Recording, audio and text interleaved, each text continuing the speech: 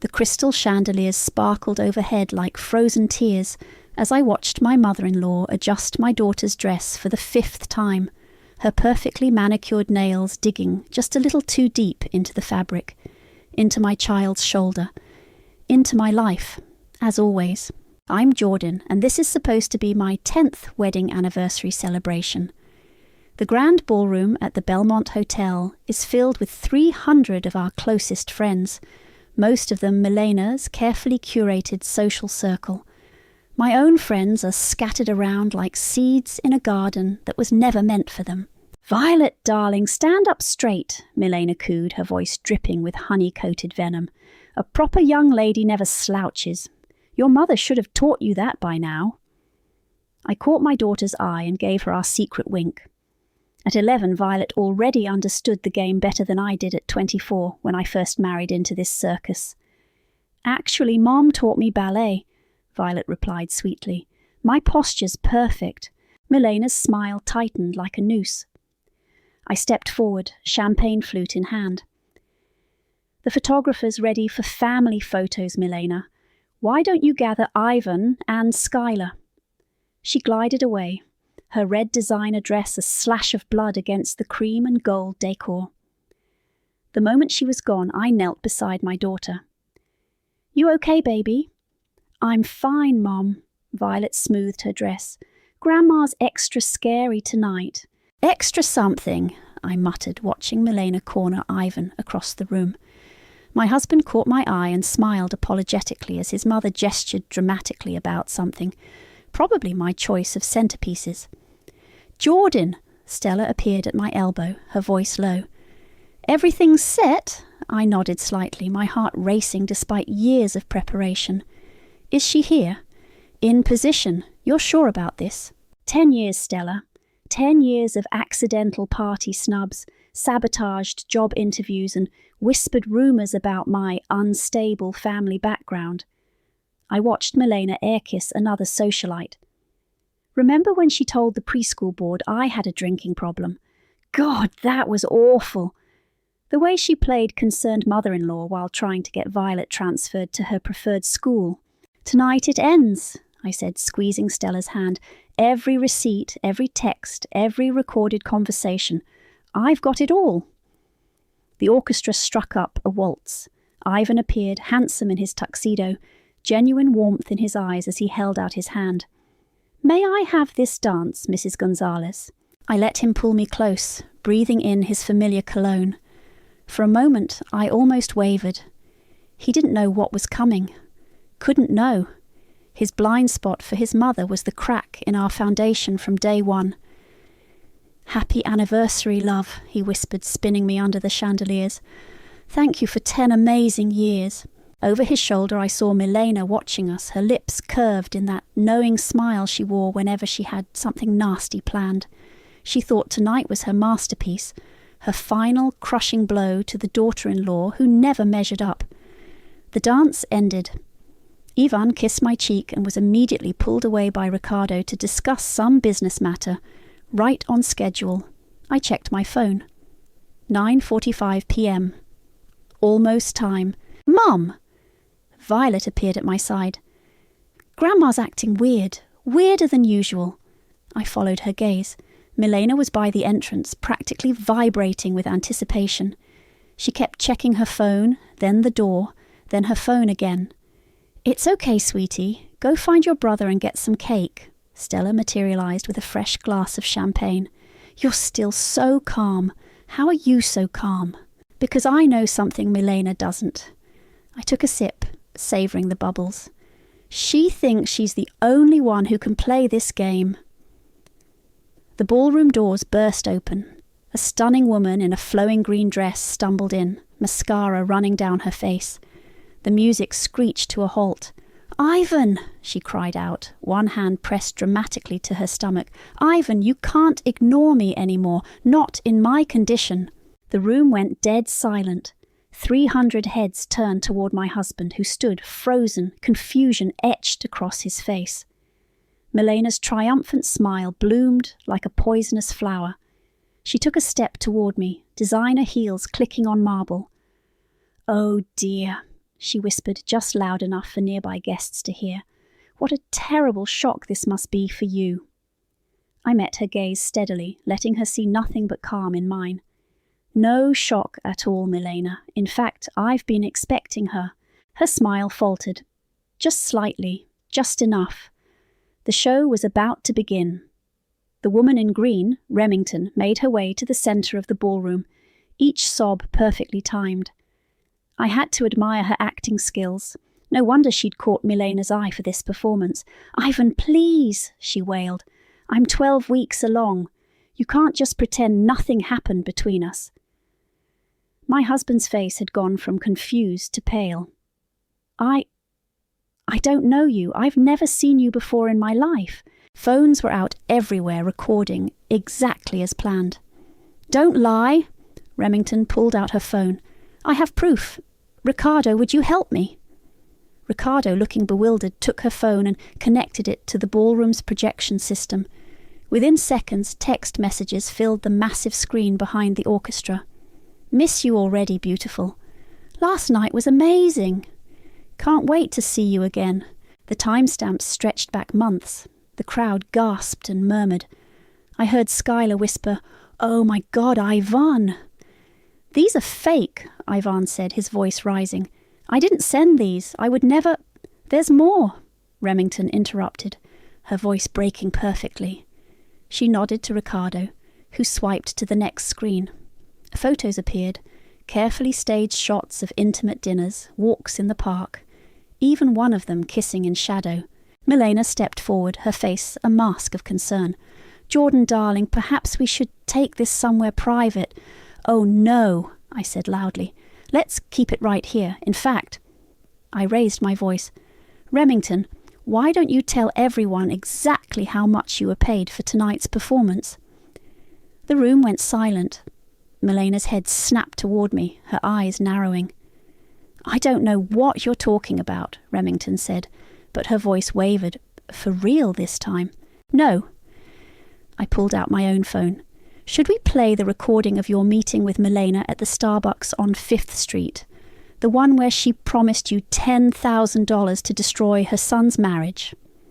Milena's face went from porcelain to ash. "You're being hysterical. Or maybe," I continued, "we should show everyone the bank transfer, the contract you made her sign, the rehearsal videos." "Enough!" Milena's voice cracked like a whip. "This is ridiculous. Ivan, tell your wife she's embarrassing herself." But Ivan was staring at his mother, something shifting in his eyes. "Mom, what did you do?" Remington looked between us, then set her shoulders. We'd rehearsed this moment, but her genuine shame made it more powerful. "I'm sorry," she said, addressing the room. "I'm an actress. Mrs. Gonzalez hired me 3 weeks ago to pretend to be Ivan's mistress. The texts are fake. The photos are staged. None of it's real." The crowd erupted. Phones lifted higher, recording every second. Skylar pressed a hand to her mouth, tears in her eyes. "You're lying," Milena hissed, but her perfect composure was cracking. "You're both lying." "The receipt for the green dress," I announced. "The script she made you memorize, the email chain discussing payment. It's all here." I held up a thick manila envelope. 10 years of evidence, actually. Every scheme, every sabotage, every little cruel moment. I kept it all. Ivan stepped toward me, his face ashen. "Jordan, what are you saying?" "Your mother has been trying to destroy our marriage since day one. Tonight was supposed to be her masterpiece." I met Milena's eyes, but she didn't count on me being smarter than she thought. "I warned my son you weren't special," Milena spat, abandoning pretense. "Now everyone knows what a fool he married."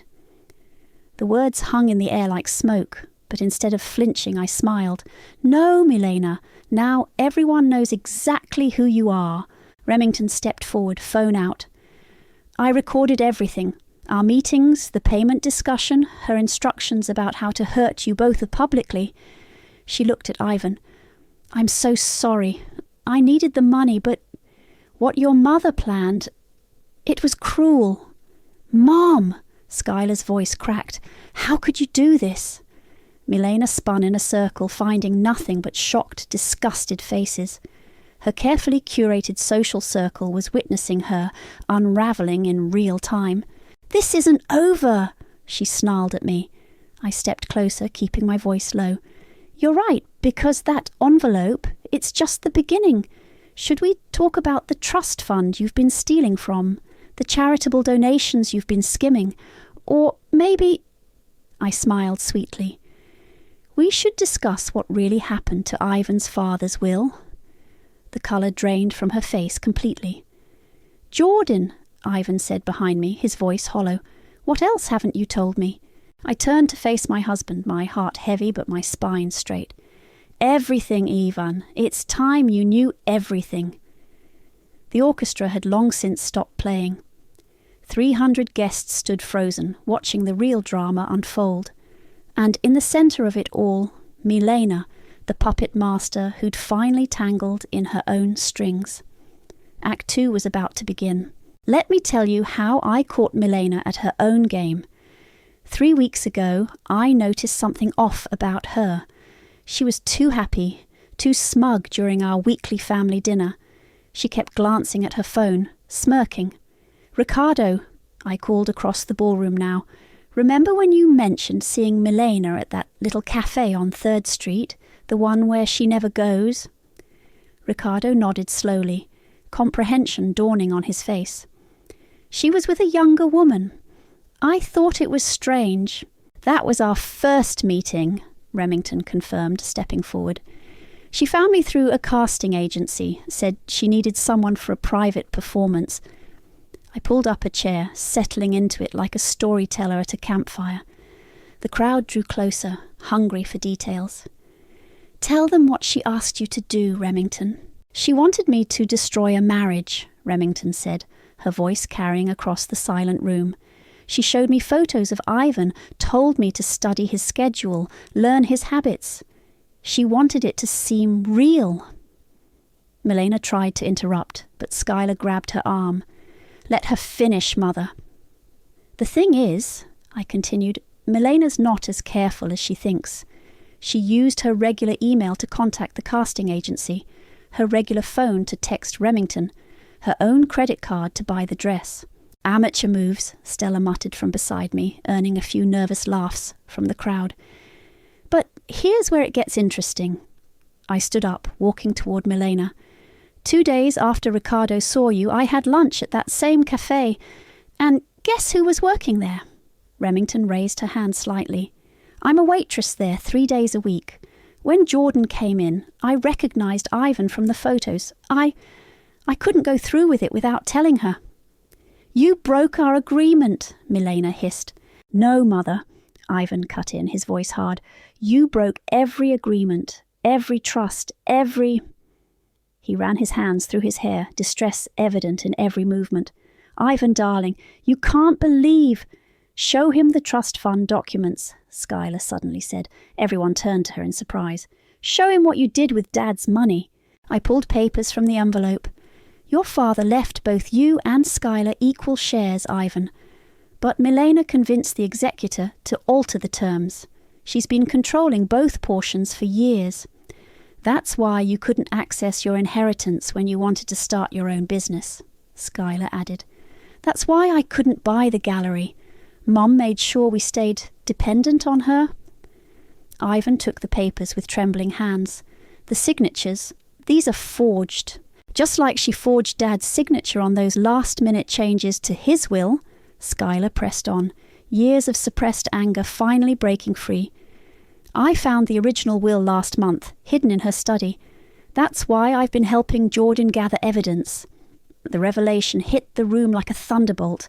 Milena's carefully constructed world was crumbling brick by brick. "Skylar," Milena whispered, "my own daughter, betraying me. No, Mom, you betrayed us. All of us. For years." I watched my sister-in-law stand taller, throwing off decades of manipulation. Behind her, Violet had crept back into the room, watching with wise eyes. "Mom!" she called out. "Is Grandma going to jail?" The innocent question landed like a punch. Several guests gasped. Milena swayed slightly. "No, sweetie," I said carefully. but Grandma is going to have to explain a lot of things to a lot of people. Starting with the board of her charitable foundation, Ricardo added, pulling out his phone. As a fellow board member, I'm obligated to report financial discrepancies. You can't prove anything, Milena snapped, but her voice shook. Actually, Remington spoke up, I recorded everything, including your detailed explanation of how you've been moving money around. You really shouldn't trust strangers with your secrets. I stepped closer to my mother-in-law, close enough to smell her expensive perfume. You know what your biggest mistake was, Milena? Thinking I was just some naive girl you could bully forever. But I learned from you. Every scheme, every manipulation, I watched and waited. And unlike you, I made sure to get everything in writing. Why? She whispered. Why go to all this trouble? Because my daughter asked me last month why Grandma hates us so much. I felt tears prick my eyes, but kept my voice steady. Because my husband deserves to know the truth about his mother. Because sometimes the only way to end abuse is to drag it into the light. The room was so quiet you could hear the ice melting in abandoned cocktail glasses. Milena stood alone in the centre, her perfect makeup starting to run, her designer dress suddenly looking like costume armour. Ivan, she pleaded, turning to her son. You can't let her do this to me. But Ivan was already walking away, the trust fund documents clutched in his hand, heading for the hotel's business centre to make copies. I sat back down in my chair, suddenly exhausted but far from finished. Now, I announced to the room, who'd like to hear about the fake CPS reports? 3 years ago, I began, my voice carrying across the hushed ballroom. Someone reported me to Child Protective Services. The allegations were serious: drug abuse, neglect, endangerment. Milena's face twitched. Several guests shifted uncomfortably, no doubt remembering the whispered rumours she'd spread. The investigation was hell. They interviewed Violet at school, questioned our neighbours, searched our home. I pulled out another document. But here's the interesting part. The report came from an anonymous source using a burner phone, a phone purchased with the same credit card that just paid Remington. You have no proof, Milena said weakly. Actually, Schuyler stepped forward, I do. I found the receipt in your desk, along with a draft of the complaint, in your handwriting. The crowd gasped. Someone muttered, That's criminal! That's not even the worst part, I continued. Tell them about the school incident, Remington. Remington cleared her throat. During our planning meetings, Milena bragged about how she'd tried to get Violet transferred to a different school. She said she'd told the administration that Jordan was mentally unstable, that she was worried about her grandchildren's safety. Mum, Violet's voice cut through the tension. She stood in the doorway, tears streaming down her face. Is that why Miss Patterson kept asking me if I was scared at home? The room collectively held its breath. Milena took a step toward her granddaughter, but Violet backed away. Darling, I was only trying to protect you. By lying about my mother? Violet's voice cracked. By trying to take me away from her? Ivan returned, his face dark with fury. I just faxed copies of everything to our lawyer. He turned to his mother. How could you? My children, my wife. Everything I did was for this family. Milena's composure finally shattered. That woman isn't good enough for you. She never was. I had to protect our legacy, our status.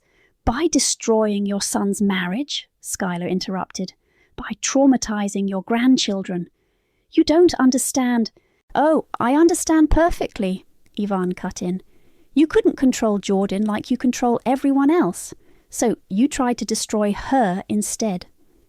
Ricardo stepped forward, phone in hand. The foundation board is meeting tomorrow morning. They want all financial records for the past 5 years. You can't, Milena started. We can and we will, Ricardo said firmly. The missing donations, the fake charity events, the embezzlement, it's all coming out, Milena. The crowd had begun to thin, society wives slipping away to make urgent phone calls, spreading the scandal across their networks. Milena watched them go, her carefully curated social circle dissolving before her eyes. "Skylar," she pleaded, turning to her daughter, "you can't let them do this. I'm your mother." "You're a manipulator," Skylar replied quietly, "and I'm done being manipulated." I stood up, gathering my envelope. "The police will probably want to talk to you about the forged documents, the foundation board about the missing money, the school board about the false reports." I smiled sadly. "You've been very busy, Milena." "I'll deny everything," she hissed. "With what evidence?" Remington asked. "I have videos of you planning everything, time-stamped, dated, with clear audio of you admitting to all of it." Milena's legs gave out. She sank into a chair, her perfect posture crumpling. "Ivan," she whispered. "My son." But Ivan was holding Violet, wiping her tears, murmuring comfort to his daughter. He didn't even look at his mother. Mrs. Gonzalez, one of the hotel staff, approached nervously. "There are some reporters in the lobby. They're asking about a scandal at the anniversary party."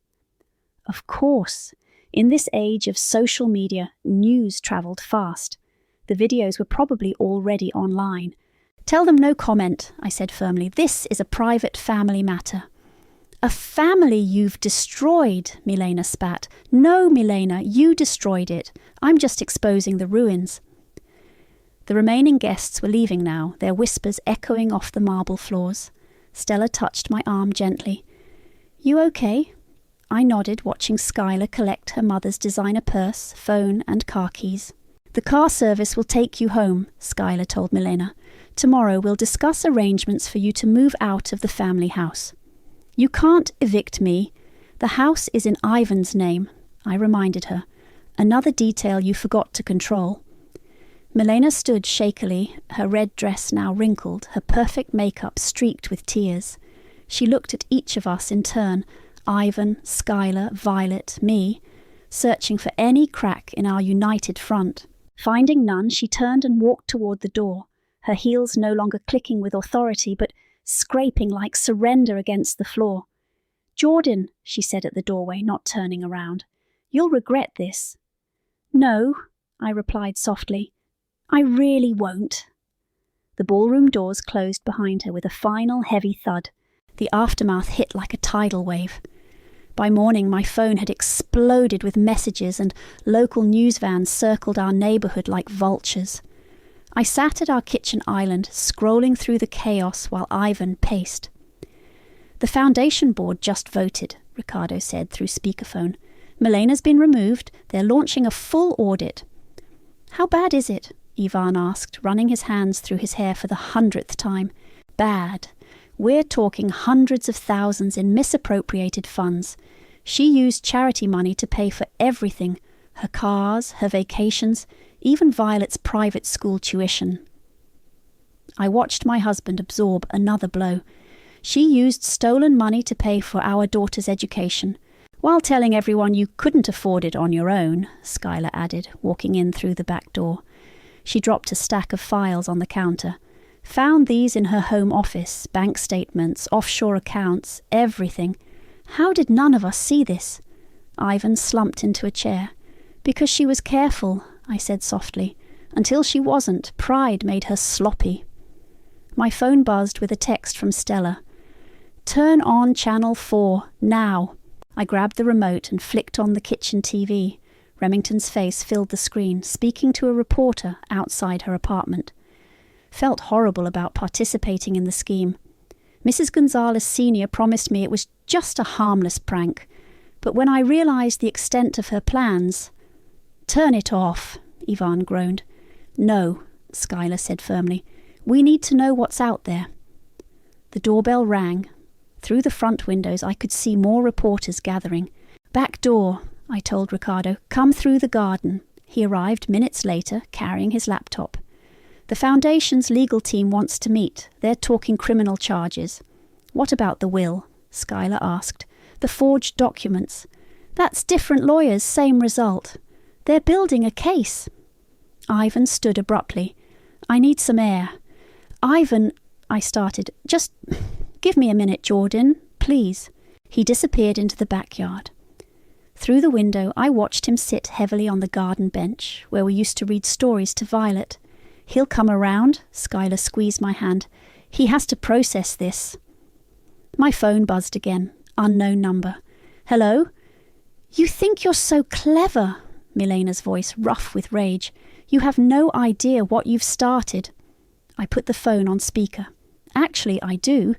That's why I recorded every threatening call you've made since last night. Listen carefully, you vindictive little—" "No, you listen," I cut in. "Every call, every text, every move you make now will be documented. The police are already involved. The media is watching. Your power is gone, Milena." "I still have friends." "Check your social feeds," Skylar called out. "No one's returning your calls, are they, Mother? No one's defending you." Silence on the line.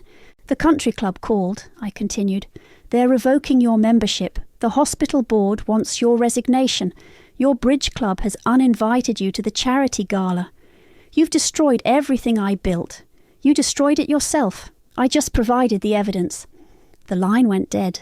Ricardo whistled low. "That was intense." "Speaking of evidence," Skylar pulled out her phone. "You should see what I found in her safe." She played a video of Milena in her office, carefully copying signatures from old documents onto new ones. "Date stamp is from right after Dad died," she explained, "when she changed the will." The back door opened. Ivan stood there, looking older than I'd ever seen him. "How long?" he asked quietly.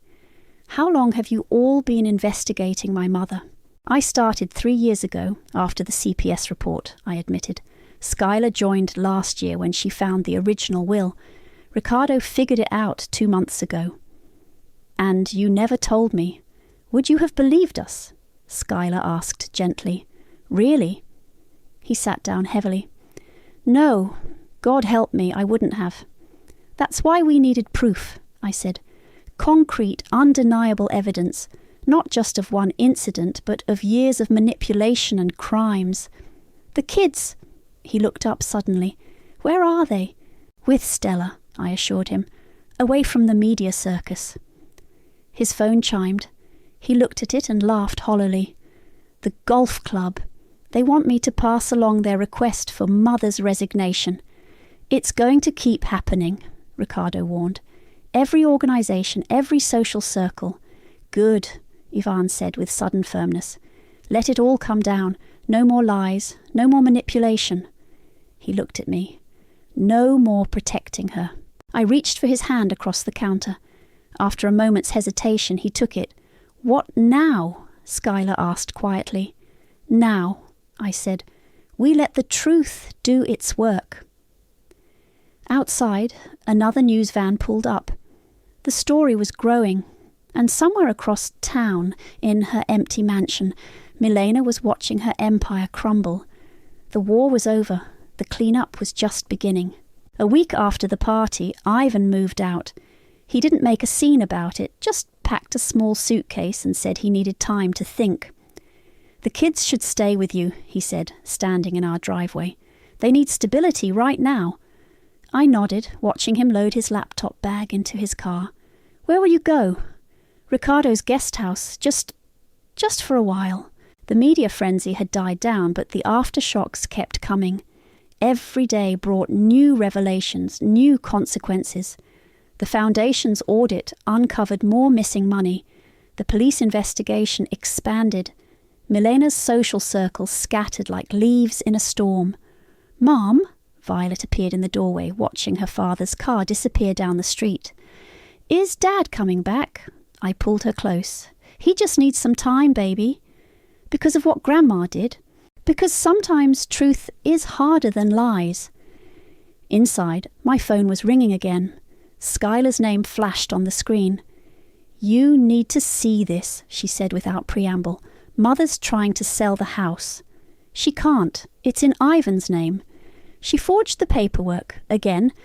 The realtor just called me to verify some details and the signatures looked wrong."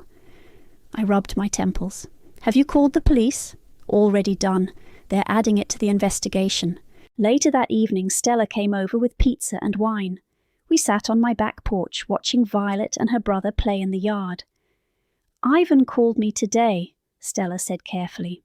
And he's a mess, keeps saying he should have seen it, should have protected you and the kids. I took a long sip of wine. He couldn't see it, she made sure of that. Speaking of seeing things, Stella pulled out her phone. Someone sent me this.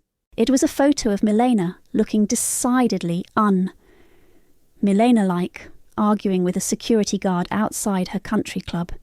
Her perfect hair was dishevelled, her designer outfit replaced by wrinkled casual wear. They're saying she tried to get in through the service entrance, Stella explained. When they stopped her, she started screaming about owning half the club. The mighty fall hard, I murmured. My phone buzzed with a text from Ricardo. Board meeting tomorrow. They found more accounts. Mom? My son called from the yard. Can we have ice cream? After dinner, buddy. Watching them play, I felt a strange mix of victory and sadness. We'd won, but at what cost? The doorbell rang. I opened it to find Remington standing there, looking nervous. I'm sorry to just show up, she said quickly. But I thought you should know. Your mother-in-law came to the cafe today. I ushered her inside. What happened? She offered me money, more money. Said if I retracted my statement, claimed you coerced me. Did you record it?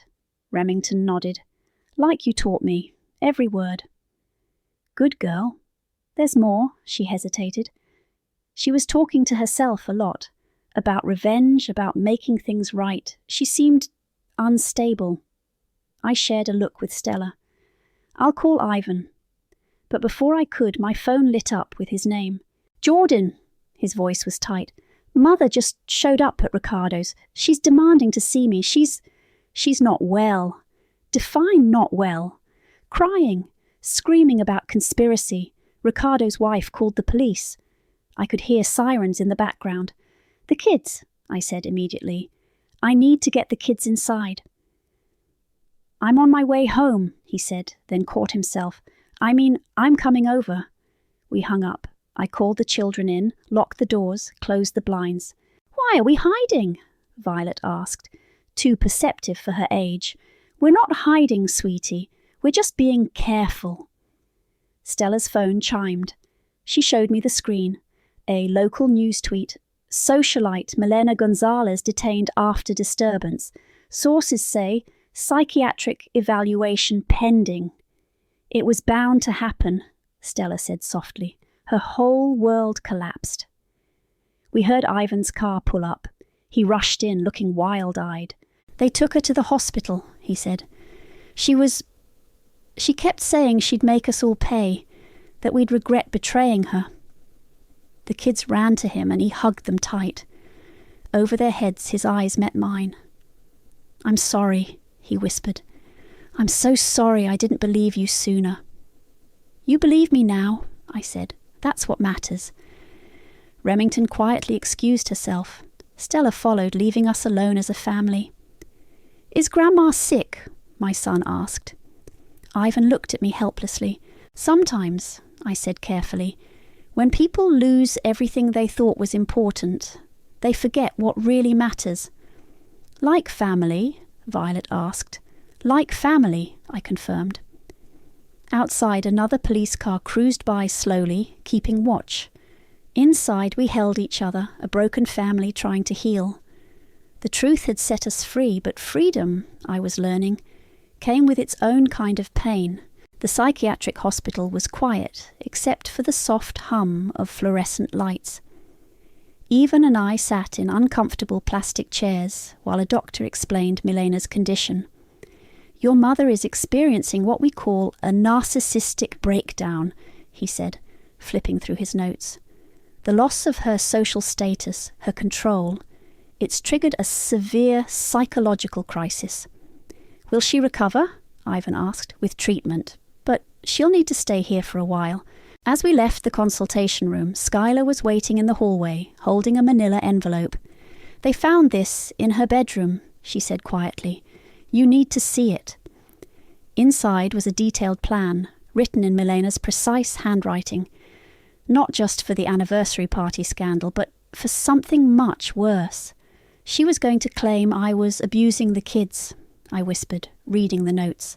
She had fake photos, doctored medical records.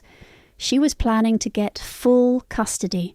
Ivan snatched the papers, his face darkening as he read.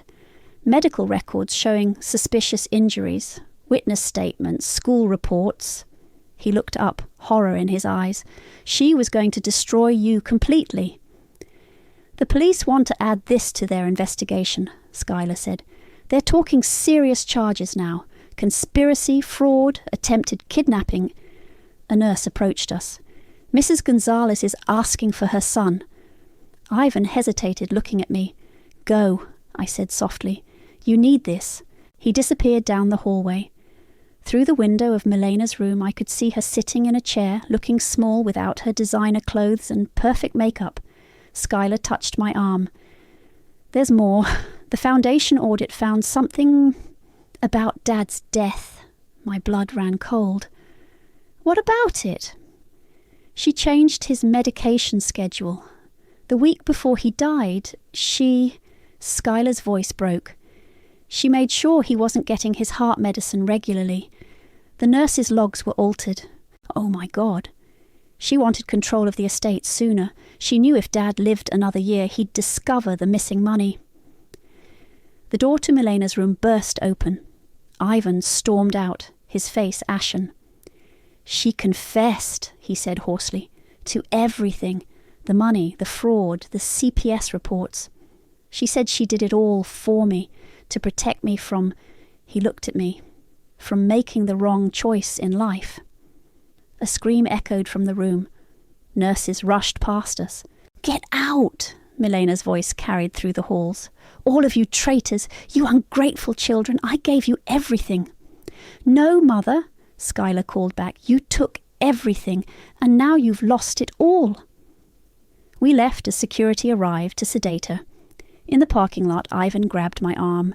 Did you know, he demanded, about Dad's medication? No, I said honestly. That's new information. He leaned against his car, looking suddenly old. All these years, every time you tried to tell me something was wrong, I defended her. Even when she hurt you, hurt our children. You were conditioned to protect her, Skylar said gently. We all were. My phone buzzed. Ricardo with an update. The Foundation's pressing charges, I reported. They've frozen all her accounts. The house is being seized as evidence. Where will she go when they release her? Skylar wondered. Not near our family, Ivan said firmly. Never again. The drive home was silent. Ivan had moved back in 3 days ago, sleeping in the guest room while we tried to rebuild trust. The kids were with Stella again. She'd become our rock through all this. At home, we found an unmarked envelope in the mailbox. Inside was a single sheet of paper with typed text. Your revenge is admirable, but how much more do you want to ruin? Some secrets should stay buried. Back off now, or the next revelation might hurt more than just Milena. There's more? Ivan asked, voice cracking. There's always more, Skylar said tiredly. Mother's been manipulating people for decades. I took the note to my office, adding it to my evidence file. On my desk sat a framed photo from my wedding day. Everyone smiling, Milena standing proudly beside her son, me glowing in white. All lies. What do we do now? Ivan asked from the doorway. We keep digging, I said firmly. Whatever's left to find, whoever sent this note, we face it together. He nodded slowly. Together? My phone chimed with a text from Violet. Can we come home now? Aunt Stella's running out of ice cream. Get the kids, I told Ivan. They need their father. As he left, I stared at the threatening note. Someone else was out there, someone protecting old secrets, but they didn't understand. I'd learned from the best how to play the long game. Milena taught me well, even if she never meant to, and I wasn't done learning. The anonymous note led us to more than its sender intended. Following the paper trail, we discovered a network of Milena's enablers, business partners, social friends, even family members who'd helped her maintain her web of lies for decades. "Look at this," Skylar said, spreading documents across my kitchen table. "Father's business partner knew about the medication tampering. He helped cover it up." "In exchange for what?" Ivan asked, poring over bank statements. "Silence about his own fraudulent dealings," Ricardo answered, joining us with his laptop. "Your mother had dirt on everyone. It's how she kept her power." The doorbell rang. Stella led in a parade of familiar faces. Former Foundation board members, country club associates, all carrying folders and guilty expressions. "We want to come clean," one woman said, setting down a thick binder, "about everything we helped Milena hide. The revelations poured out like poison from an old wound. Financial schemes, social manipulations, destroyed reputations. Milena's influence had reached further than any of us imagined." "Mom?" Violet appeared in the doorway. "There's a lady crying on our porch." I went to investigate and found Remington clutching more papers. "I remembered something else," she said shakily. "About the night Milena hired me. There was another woman there. She mentioned having done this before, playing other roles in Milena's schemes." "Get in here," I said, pulling her inside. "Tell them everything." The story unfolded like a dark tapestry. Milena had orchestrated similar scandals before, destroying business rivals, social competitors, anyone who threatened her position. The other actress was found, more evidence collected. My phone buzzed. The police detective handling Milena's case. "We're adding conspiracy charges," he said, "and we've identified the source of that threatening note. One of her old society friends trying to protect herself. We're bringing her in now." Ivan watched me end the call. "Is it ever going to stop? The revelations?" "It stops when we say it stops," I replied. "When every lie is exposed, every victim vindicated." "Speaking of vindication," Skylar called from my office, "the Foundation's lawyers are here." The next hours blurred with legal discussions, statements, signatures. The Foundation was suing Milena and her conspirators. The police were expanding their investigation. The hospital was extending Milena's psychiatric hold.